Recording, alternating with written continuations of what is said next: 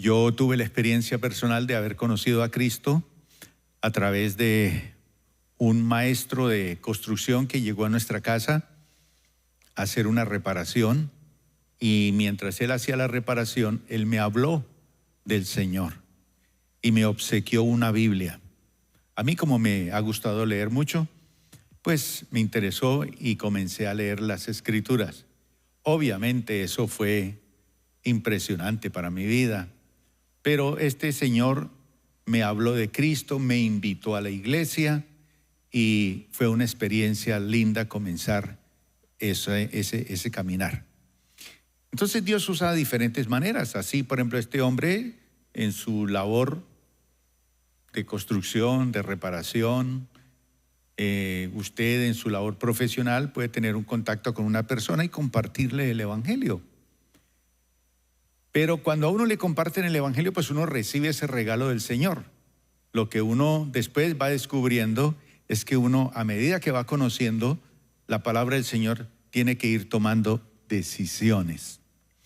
Y el domingo precisamente estaba compartiendo ese mensaje de aquellas personas que se detienen mucho tiempo dando vueltas y vueltas y no avanzan, no toman decisiones.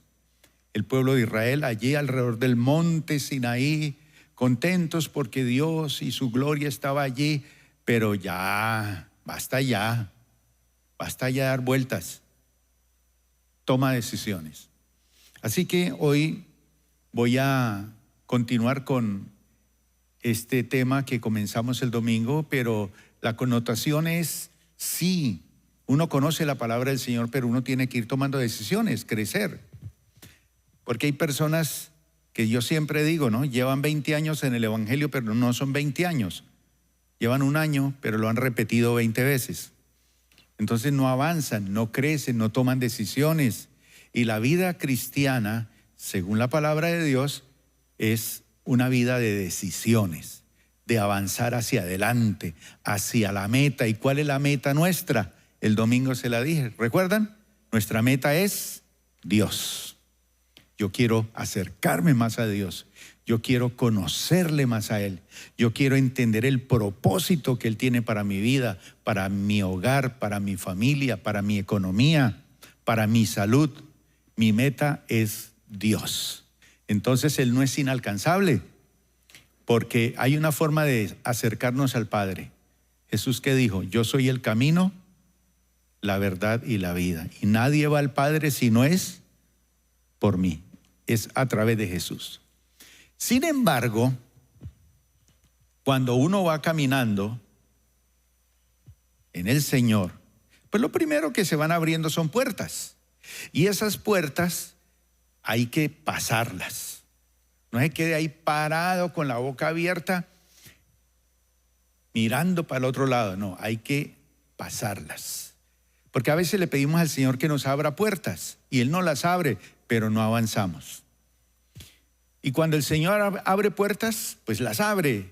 Y cuando las cierra, pues las cierra. Entonces cuando las cierra, no se meta, no insista. Ya, listo. Pero cuando el Señor abre las puertas, vamos hacia allá. Entonces, a medida que uno va avanzando en el caminar con el Señor, hay varias decisiones sencillas, elementales, pero muy seguras de tomar. Y recuerdan ustedes que ellos están ahí a la orilla del río Jordán y ya la orden es pasar al otro lado y tomar posesión de la tierra que Dios ha prometido. Es decir, apropiarse de la bendición que Dios tiene para ellos. Y ellos se habían quedado ahí dando vueltas y vueltas y vueltas. Pero bien, cuando ellos pasan, la primera ciudad que tienen que tomar, ¿recuerdan cómo se llamaba? Esa ciudad bien cerrada, bien amurallada, la famosa y más antigua ciudad del mundo, conocida como la ciudad de las palmeras, Jericó. Y en estos días un arqueólogo estaba mostrando algunos de los últimos descubrimientos sobre esa ciudad y han destapado algunas de las murallas de esas que se cayeron y han descubierto cosas interesantes en Jericó. Y en Jericó ellos tienen la orden de hacer algo. Y luego de hacer eso o no hacerlo dependía el éxito de lo demás. Siempre hay una puerta que se abre, una primera decisión que uno no puede negociar ni tomar atajos. Y es la ciudad de las primicias. Es decir, de darle eso a Dios. Todo. Y ese es el mensaje de Jericó. No tomes nada de ellos. Todo le pertenece a Dios. Cuando uno toma una decisión y arranca, lo primero y lo mejor es ¿para quién? Para Dios. Aun cuando usted ofrenda, busque el billete más bonito. Todos valen igual. Sí, pero son los detalles. Para Dios hay que darle lo mejor y hay que darle lo primero. Lo primero le pertenece a Él. Entonces Jericó tiene esa enseñanza. Van a tomar esa gran ciudad y era de las más grandes, más antiguas, y la van a tomar a la manera de Dios, dándole vueltas, cantando, una vuelta, otro día otra vuelta, otro día otra vuelta, y así hasta el séptimo día. En el séptimo día no van a dar una vuelta, van a dar 7, y cuando terminen de dar la séptima, griten. Y cuando gritaron ellos, esas grandes murallas se vinieron a tierra. Entraron, la idea era destruir todo, acabar con todo. Y esa es la primera decisión. Hay que eliminar todo. Nuestro pasado, las ataduras, nuestras dependencias, nuestras cosas de las cuales como que nos aferramos. Hay que decir, nada de eso, hay que dejarlo allí vivo. Y la riqueza toda iba para la casa del Señor. Pues bien, ellos entraron, tomaron esa ciudad y uno de ellos, llamado Acán, vio unos lingotes de oro en una de esas casas donde entraron, tumbando todo, y encontró un manto de esos de Babilonia, hermoso, y él pensó, uno no sabe qué va a pasar de aquí en adelante, y tomó eso y lo guardó en su tienda. Luego, los israelitas, después de tomar esa gran ciudad, hay una ciudad que sigue, la ciudad de Ahí, o Jaí. Y resulta que esa ciudad es tan pequeñita que Josué les dice, mire, no es necesario que vayamos todos. Vaya un grupo pequeño y tómenla, destrúyanla. Y resulta que ese grupo pequeño tuvieron que salir corriendo porque casi los matan a todos. Entonces cuando regresan todos huyendo de esa pequeña ciudad, pues los israelitas se asustaron. Señor, ¿qué es esto? Y Josué ahí mismo dijo, Señor, qué vergüenza. Qué vergüenza. Si esta ciudad tan pequeñita nos frena, ¿cómo será el resto de ciudades que vamos a tomar? Y resulta que lo que había hecho Acán había frenado el éxito del avance, porque hay cosas que estancan nuestro éxito, estancan nuestras conquistas, estancan nuestras realizaciones. En este caso, el pecado de Acán bloqueó el éxito de toda una congregación. El pecado oculto de uno frenó. Entonces, cuando Josué va ante el Señor le dice, no, es que alguien tomó algo de Jericó y lo tiene escondido. Búsquenlo, hagan el censo, investiguen, lleguen, y cuando lleguen, sáquenlos a la mitad, reúnanlos y piedra para todo el mundo, y se acabó el cuento. Y allí quedó un montón de piedras sobre esa familia. Acán, su esposa, sus hijitos, todo, la familia, todo ese clan murió. Dura la cosa, ¿no? Y uno dice, ¿pero por qué pasa eso? Bueno, eso sucedió para enseñarnos a nosotros que lo que le pertenece a Dios hay que dejárselo a Dios, o si no, trae una maldición sobre su propia vida, su familia. Esa es la enseñanza que uno toma de eso. Lo que es de Dios no hay que tomarlo. Es de Dios y eso le pertenece a Dios. Si no lo hago, pues yo me bloqueo. Y luego de ahí van a otra ciudad que es Gabaón. Y resulta que cuando ellos van a destruir esa ciudad de Gabaón, los gabaonitas se dieron cuenta del asunto tan grave y se disfrazaron de pordioseros y llevan pan viejo, llevan todo y dicen, no, venimos de muy lejos, y prácticamente engañaron a Josué porque dice que el pueblo no consultó a Dios. Entonces no tomaron decisión con Dios y fueron engañados. Entonces hicieron un pacto, hicieron un acuerdo y les perdonaron, y eso les ocasionó pero problemas tenaces. Entonces la enseñanza allí es cuidado con las alianzas. Lo que hay que destruir, no hay que hacer alianzas. Con el pecado no hay que hacer alianzas. Con esos atajos en la vida no hay que hacer alianzas. Uno tiene que ser muy, muy claro en eso. Y bien, hay otra ciudad que está en este historial del pueblo de Israel para años más adelante, que es la famosa ciudad de Babilonia, que es la que va a arrasar con el templo, va a destruir todo, y Babilonia va a tratar de destruir la identidad del pueblo de Dios. Y el mensaje de Babilonia es: mantén tu identidad. Y entonces obtendremos grandes resultados, grandes victorias. Entonces el tema que vamos a tratar esta noche es: no tomes nada de ellos. No tomes nada de ellos. Es decir, que cuando uno entra en los caminos del Señor, cuidado, no tomes nada de ellos. Nada de eso nos pertenece a nosotros.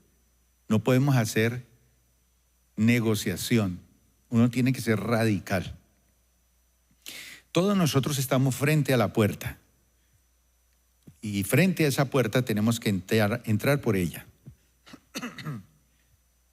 No nos tenemos que quedar solamente mirando a través de la puerta todo lo que hay.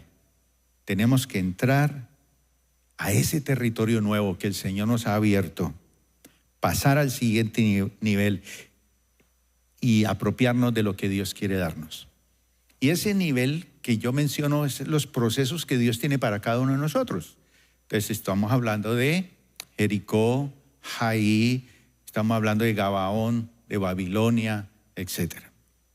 Y allí en Babilonia va a suceder algo interesante, que es la cúspide de lo que vamos a aprender esta noche. Entonces Dios abre para nosotros, delante de nosotros, siempre una puerta. Nadie la puede cerrar. Aunque nosotros tengamos poca fuerza, cuando Él abre la puerta, tenemos que entrar. Dios entrega a todos nuestros enemigos, porque cuando uno conoce del Señor, tiene que lidiar con estos enemigos espirituales que están en Jericó, que están en Jaí, que están en Gabaón y que están en Babilonia. Entonces, estos enemigos no hay que tenerles miedo, porque esos enemigos caerán. Es decir, nosotros tenemos que tomar decisiones espirituales frente a esos enemigos. Y no por nuestra fuerza, ni por nuestro brazo, sino que Dios lo hace.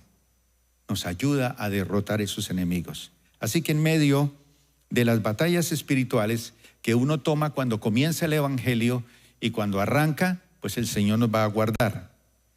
Y el Señor nos dice: retengan lo que yo les he dado. Guarda tu corazón y Él te guardará y te dará la victoria. No tengas temor de lo que viene. Pueden venir días de intensa batalla, días de gran guerra, pero Dios te va a dar la victoria. Este es el inicio y es solamente el principio. Comencemos con el primero. Josué capítulo 6, verso número 17 y 18. Vamos a hablar de Jericó. Ya pasamos y empezamos a entrar al territorio. Empezamos nuestra nueva vida en el Señor. Empezamos a tomar decisiones serias con Dios. Listo. Dice que Jericó y todo lo que hay en la ciudad deben ser, ¿qué? Destruidos por completo. Todo. Es decir, que cuando uno entra en los caminos del Señor hay cosas que hay que destruir. Y hay que destruir todo. ¿Qué es todo? Todo lo que dependemos. Pecados, actitudes, hábitos, cosas raras que tenemos, enredos que traemos en nuestra vida. Destruirlos por completo. ¿Y destruirlos como qué? Como una ofrenda al Señor. Entonces, voy a destruir, por ejemplo, la mentira, el adulterio. Voy a destruir la desorganización, el desorden. Voy a destruir el orgullo, pero lo voy a destruir como una ofrenda al Señor. Es decir, lo hago, Señor, por ti. No como decir, voy a destruir esto porque tengo que sacar esto de mi vida. No, tiene que tener un propósito. Soy desorganizado. Voy a entregar ese desorden como una ofrenda al Señor. No más. Y a partir de aquí me voy a organizar. Dice, solo se les perdonará la vida ¿a quién? A Rahab la prostituta y los que se encuentren en su casa. ¿Por qué? Porque ella protegió a nuestros espías. Es decir, que entre todo esa ciudad, la misericordia de Dios se dio con esta mujer. Ella vivía en el muro y cuando ellos suben por el muro, se esconden en la casa de ella. Y ella sintió el temor y ella inclusive habló con los espías.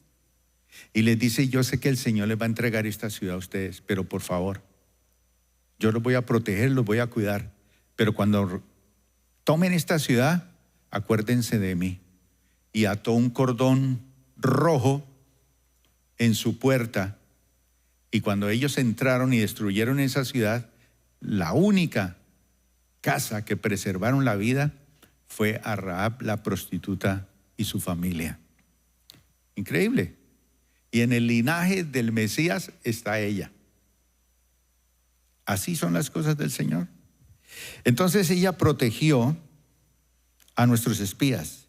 No se queden, vean la orden, con ninguna cosa que esté destinada para ser destruida. Y a veces uno encuentra personas que llevan años en el Señor y todavía no han destruido ídolos en su vida, héroes, dependencias, enredos, cosas. Pasan los días, pasan los años. Lo que está destinado a ser destruido, hay que destruirlo. No regalarlo, destruirlo. Pues de lo contrario, ¿qué pasa cuando no se hace? Ustedes mismos serán destruidos por completo. O tomo decisión de destruir eso por completo, o esas cosas me van a destruir a mí por completo y traerán desgracia al campamento de Israel. Afecta a la iglesia, afecta a la familia, afecta a nuestro grupo. Y eso es muy importante. ¿Recuerdan ustedes cuando Abraham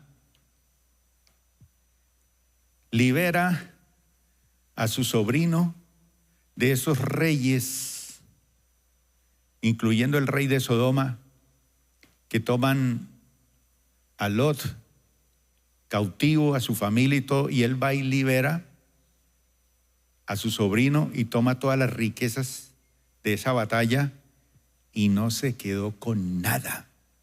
Y todos le decían, no, quédese con todas las prendas, con el oro, con la plata, con todo. No, él sacó de eso el diezmo y se lo dio al sacerdote Melquisedec, rey sacerdote.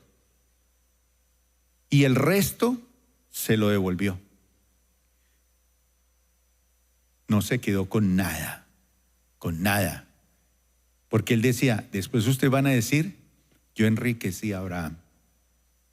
¿Qué hizo él? Dio el diezmo al rey sacerdote y el resto lo repartió. Pueden decir que él muy bobo, pero él entendió este principio. No quedarse con lo que le pertenece a Dios. Dio eso al sacerdote y el resto lo repartió entre todos. Y él se quedó con Dios. Y el que se queda con Dios le tiene que ir bien. Tenemos el caso, por ejemplo, de Eliseo. ¿Recuerda cuando Naamán fue a visitarlo? Que le llevó presentes, que le llevó plata, que le llevó ropa, que le llevó cosas. Y ni siquiera Eliseo salió a la puerta de la tienda. Le mandó el siervo, dígale que se bañe en el río Jordán 7 veces. 7 veces y se le quitará la lepra. Y él se fue furioso. Al final lo hizo. Y luego regresó a traerle los vestidos y el oro y todo. Y él dijo, no. Usted lo sanó, fue Dios. Y no le recibió nada. El siervo sí se fue por allá debajo de cuerda. ¿Y qué le dijo? Vean, mi señor el profeta le manda a decir que le mande unos vestiditos, que llegaron unos profetas y le buscó los atajos. Y luego Eliseo lo confronta y le dice, la lepra que tenía Naamán se pasará a ti y a tu descendencia para siempre. Enseñanzas, no tomar nada de ellos. Ahora, ¿qué enseña esto, mis hermanos? Que cuando nosotros tenemos que entregarle al Señor lo que le pertenece, hay que entregárselo. Hay que guardar silencio, no hablar de más, saber con quién hablar, saber a quién contarle los planes, los proyectos y la visión. Josué capítulo 6, versículo 10 dice así, no griten. No griten. Deje esa gritadera, por favor. No griten. Ni siquiera ¿qué? Hablen. Ordenó Josué. Que no salga ni una sola palabra de ninguno de ustedes hasta que yo les diga que griten. Entonces cuando hay que hacer silencio, hay que hacer silencio. Pero cuando hay que gritar, hay que gritar. Así que, mis hermanos, hay que esperar el momento y la orden de Dios. Espérelo de donde no lo esperen. A veces uno está mirando para allá y el Señor tocándole el hombro a uno aquí, estoy detrás de ti. Espérelo de donde no lo espera. Usted está esperando que mañana me van a dar ese gran trabajo, ese gran negocio esta semana. No es por ahí. Es de la forma como Él lo hace. Esperen lo inesperado, estén atentos. No hay que desconocer las obras del enemigo. Necesitamos revelación. Yo sé, no es por estrategias humanas. Josué capítulo 7, verso 1 al 7, dice, sin embargo Israel, ¿qué hizo? Desobedeció las instrucciones sobre lo que debía ser apartado para el Señor. Y ahí viene la historia. Un hombre, Acán, llamado Acán, había robado algunas de esas cosas consagradas. Así que el Señor estaba muy enojado con los israelitas. Acán era hijo de Carmi, un descendiente de Zimri, hijo de Sera, de la tribu de Judá. Josué envió a algunos de sus hombres desde Jericó para que espiaran la ciudad de Jaí, que está al oriente de Betel, cerca de Bet-Aven. Cuando regresaron, le dijeron a Josué, no es necesario que todos vayamos a Jaí, bastará con 2,000 o 3,000 hombres para atacar la ciudad.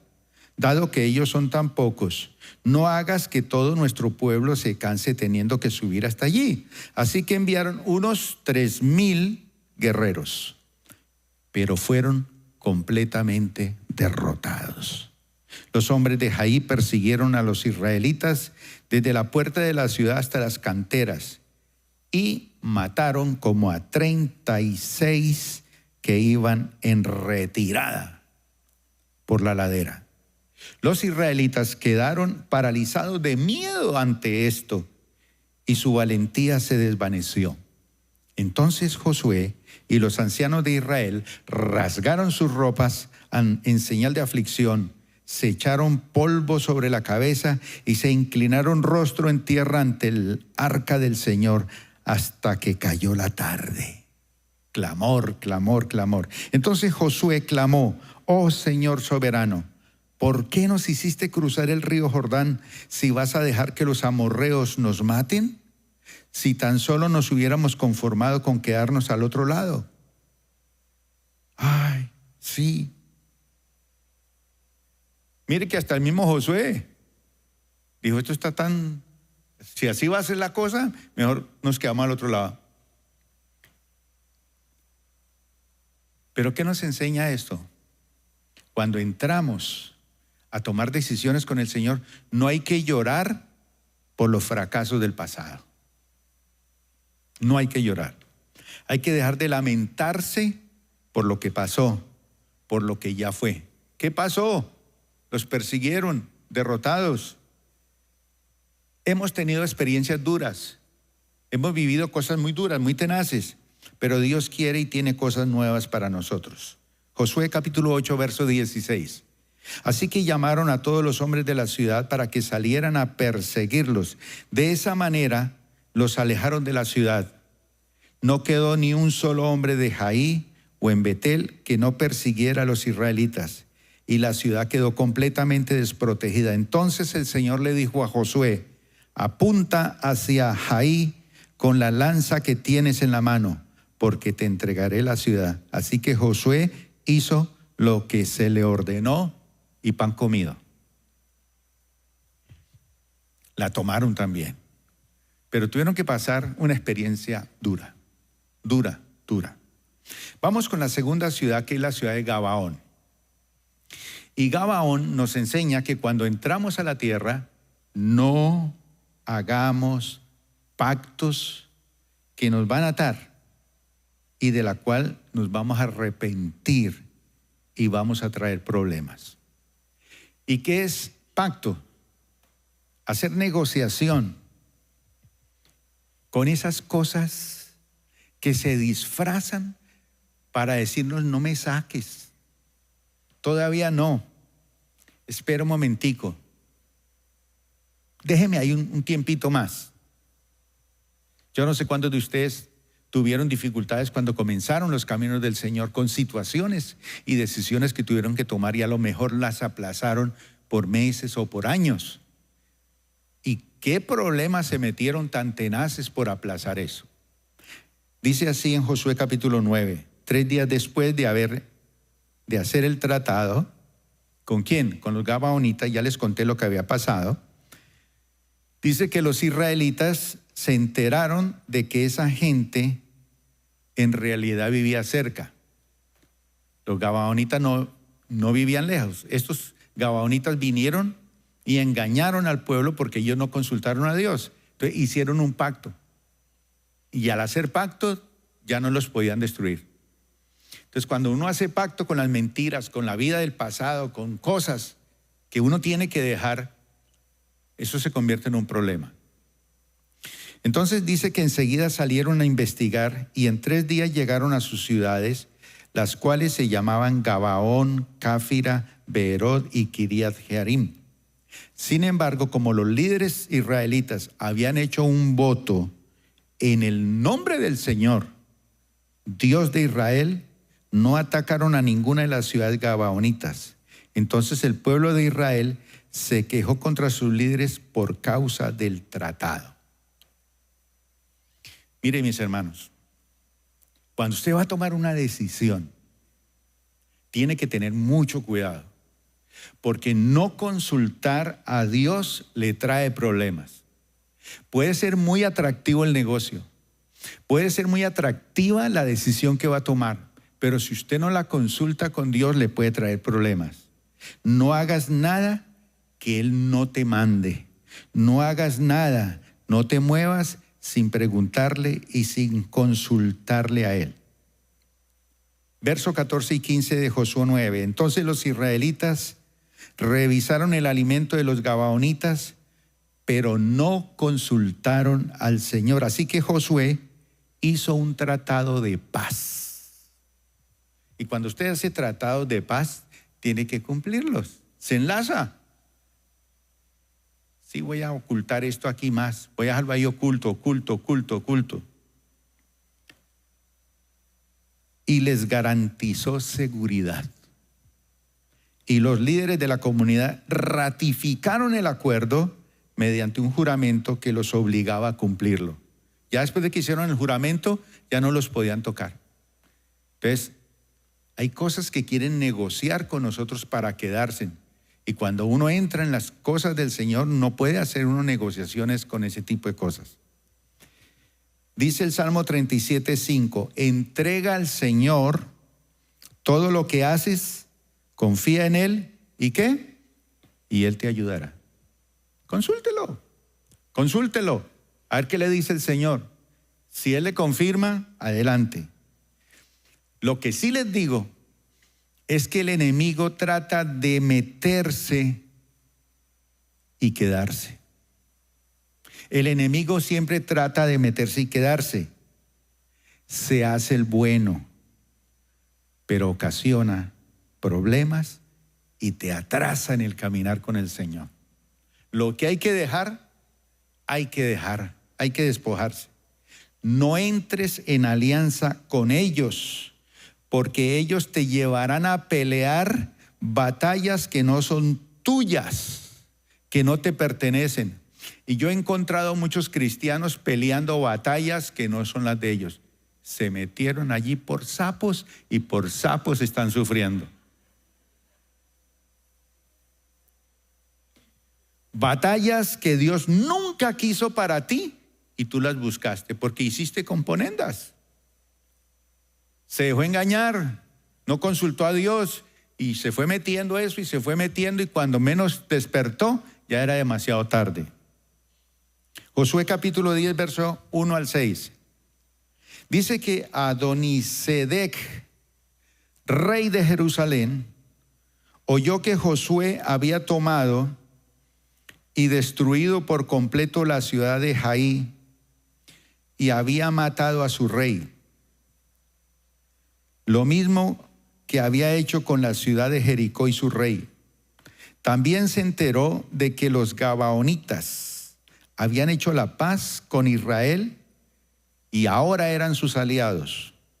Cuando él y su pueblo oyeron todo esto, tuvieron mucho miedo porque Gabaón era una ciudad grande, tan grande como las ciudades de la realeza y más grande que la ciudad de Jaí. Ese no era una pequeña ciudad, era grande. Y además los gabaonitas eran guerreros fuertes. Entonces Adonisedec, rey de Jerusalén, envió mensajeros a varios otros reyes, a Oham, rey de Hebrón, a Piream, rey de Jarmut, a Jafía, rey de Laquis, y a Debir, rey de Eglón. Alianza, ¿no? Mire lo que uno se va metiendo en chicharrones. Vengan y ayúdenme a destruir a Gabaón, le rogó, porque hizo la paz con Josué y con el pueblo de Israel. Entonces esos 5 reyes amorreos unieron sus ejércitos para atacar en conjunto, pusieron todas sus tropas en posición y atacaron a Gabaón. Enseguida, los hombres de Gabaón enviaron mensajeros a Josué, quien se encontraba en su campamento en Gilgal tranquilo. No abandones a sus siervos ahora, rogaron, venga de inmediato, sálvenos, ayúdenos, pues todos los reyes amorreos que vivían en la zona montañosa unieron sus fuerzas para atacarnos. Y a Josué le tocó ir a meterse en una guerra que no era la suya, una pelea que no era la suya. y se metió por allá a pagar deudas de otros. Mejor dicho, cuando uno hace componendas y se deja engañar y no consulta a Dios, termina peleando guerras que no son suyas. Menos mal que a usted no le ha pasado eso. Tiene cara que no se ha metido en problemas. Vamos con Babilonia. Babilonia es proponer en nuestro corazón, porque vamos a tener nuestra Babilonia también en algún momento en la vida, ¿no? Y Babilonia es que uno tiene que proponerse en su corazón no contaminarse con Babilonia, porque Babilonia caerá. Ella tendrá que reconocer que usted es 10 veces mejor cuando usted decide mantener su integridad. Babilonia siempre va a querer contaminarle. Babilonia es tipo del mundo. Babilonia es ese poder que quiere arrasar con su identidad cristiana, su identidad con Dios. Daniel capítulo 1, versículo 20. ¿Recuerdan Babilonia? Hay un muchachito que se lo llevan para Babilonia. ¿Cómo se llama ese muchachito? Daniel. Es de la realeza. Y se lo llevan prisionero. Y dice que cada vez que el rey los consultaba sobre cualquier asunto que exigiera sabiduría y juicio equilibrado, ¿cómo encontraba a Daniel y a los otros muchachos que decidieron no contaminarse? Los encontraba 10 veces más capaces que todos los magos y los brujos del reino. Nuestra Babilonia va a estar siempre presente en nosotros y en nuestros hijos.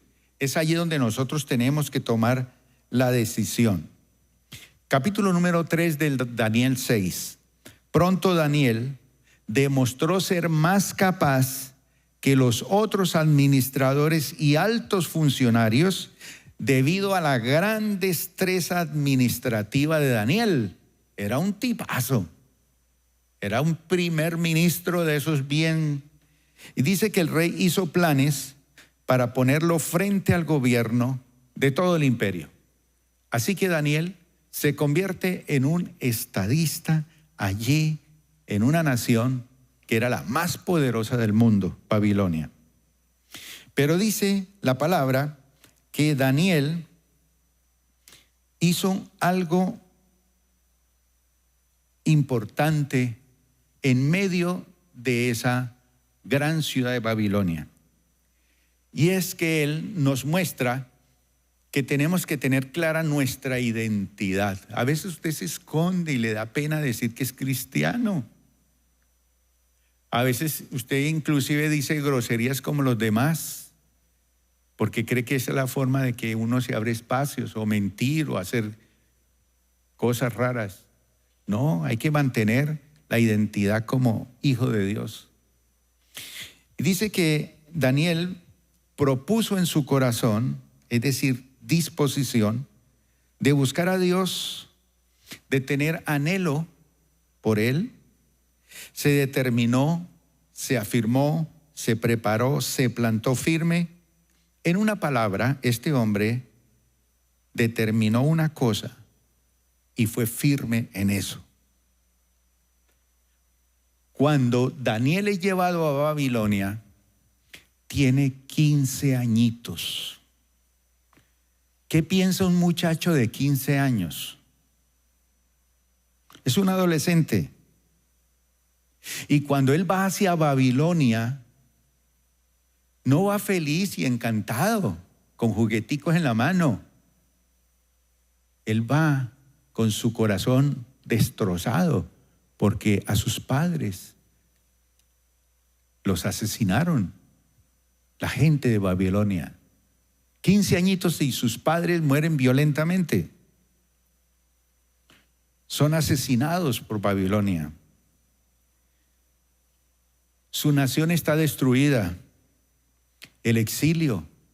Tiene que salir sin nada, rumbo a una ciudad extraña.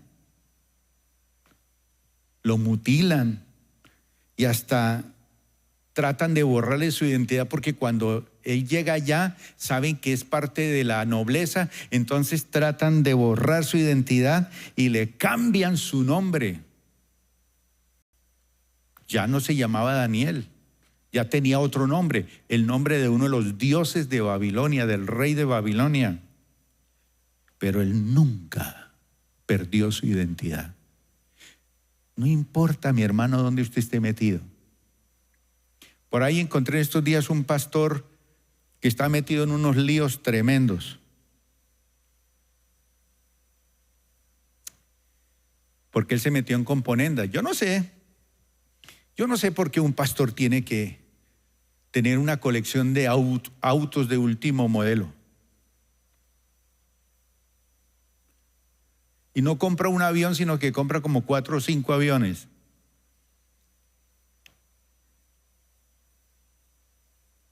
Y además de eso, le pregunta que por qué él tiene, no, por mi ministerio tengo que viajar porque yo no me puedo subir a uno de esos aviones donde está el diablo. Puros demonios en ese avión. Entonces yo necesito viajar en mi avión solo, privado y con el Señor. Pues claro, está metido en problemas.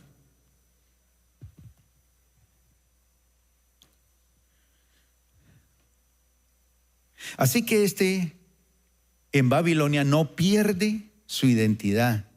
Tiene una disposición de corazón. Posee un afecto por las cosas de Dios, por la gloria de Dios. Babilonia siempre va a tratar de humillarte y de arrancarte lo tuyo. Pero ahí donde vayas tienes que mantener tu identidad como lo que eres. Eres un hombre como Daniel, sabio y entendido. Un hombre que se enfocaba en la visión que tenía. Muchachito, con todo ese mundo al revés, todo el mundo se le vino encima, pero él se propuso en su corazón. Y cuando uno toma disposiciones, aún en medio de las situaciones más difíciles de la vida, de buscar a Dios, algo tiene que pasar. Daniel capítulo 1, verso 17. A estos 4 jóvenes Dios les dio aptitud excepcional para comprender todos los aspectos de la literatura y la sabiduría. Y a Daniel Dios le dio la capacidad especial de interpretar el significado de las visiones y los sueños. Cuando hay disposición, hay visión. Cuando usted se dispone para las cosas de Dios, Dios le da visión espiritual, le muestra cosas. Daniel capítulo 1, verso 15 al 20. Él llega allí a ese país, Babilonia. Dice que al cumplirse los días, Daniel y sus 3 amigos se veían más saludables y mejor nutridos que los jóvenes alimentados con la comida asignada por el rey. Así que desde entonces el asistente les dio de comer solo vegetales en lugar de alimentos y el vino que servían a los demás. A estos 4 jóvenes Dios les dio aptitud excepcional para comprender todos los aspectos de la literatura y la sabiduría. Y a Daniel Dios le dio la capacidad especial de interpretar el significado de visiones y sueños. Cuando se cumplió el periodo de instrucción ordenado por el rey, el jefe del Estado Mayor llevó a todos estos jóvenes ante el rey Nabucodonosor, y el rey habló con ellos y ninguno le causó mejor impresión que Daniel, Ananías, Misael y Azarías. De modo que entraron, ¿a dónde? Al servicio real. Y cada vez que el rey los consultaba sobre cualquier asunto que exigiera sabiduría y juicio equilibrado, los encontraba 10 veces más capaces que todos los magos y los brujos de su reino. Mire, en su familia, en su ciudad, en su empresa, en su círculo de amigos, hay unos que son magos, hay otros que son brujos. Pero cuando usted mantiene su identidad con Dios, usted es 10 veces mejor que todos ellos. Dele un aplauso al Señor.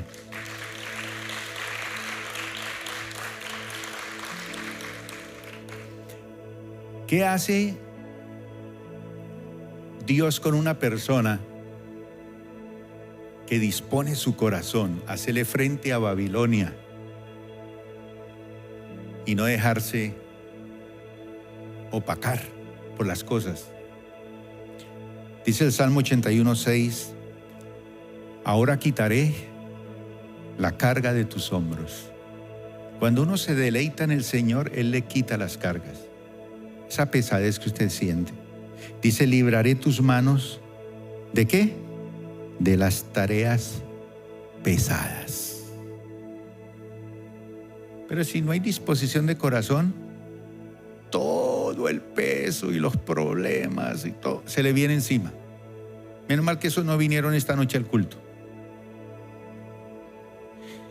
Y dice en Juan capítulo 7, el último día del festival, el más importante, Jesús se puso en pie y gritó a la multitud: todo el que tenga sed puede venir a mí. Todo el que crea en mí puede venir y beber, pues las Escrituras declaran, de su corazón brotarán ríos de agua viva. Entonces, el que se dispone a buscar del Señor, ¿qué brota de él? ¿Qué brota? Y el que hace alianzas con Gabaón, ¿qué se le viene? Problemas de otros que no eran suyos. Y el que se embolsilla lo que le pertenece a Dios, ¿qué le pasa? Piedra encima. Pero el que se dispone a buscar a Dios, hay cosas lindas. Póngase de pie, mi hermano. 1 Samuel, capítulo 26, verso 25, hay un versículo que me gusta. ¿Recuerdan ustedes la historia de Saúl y David? David, bueno con ese Saúl, le perdonó la vida y todo. Y cada vez que cantaba él se tranquilizaba, pero cuando le pasaba el efecto sacaba la lanza para traspasarlo y matarlo. Y Dios se lo puso de papá ya muchas veces para quitarle la cabeza. Pero él nunca levantó la mano contra Saúl, aunque ya Dios lo había desechado y lo había elegido a él. Pero él dijo, no, yo no lo toco, que sea Dios. Pero él no. Y un día él entra a una cueva a hacer sus necesidades. Yo estaba oscuro allá. Y sin saber, estaba en lo suyo y David estaba atrás con sus guerreros.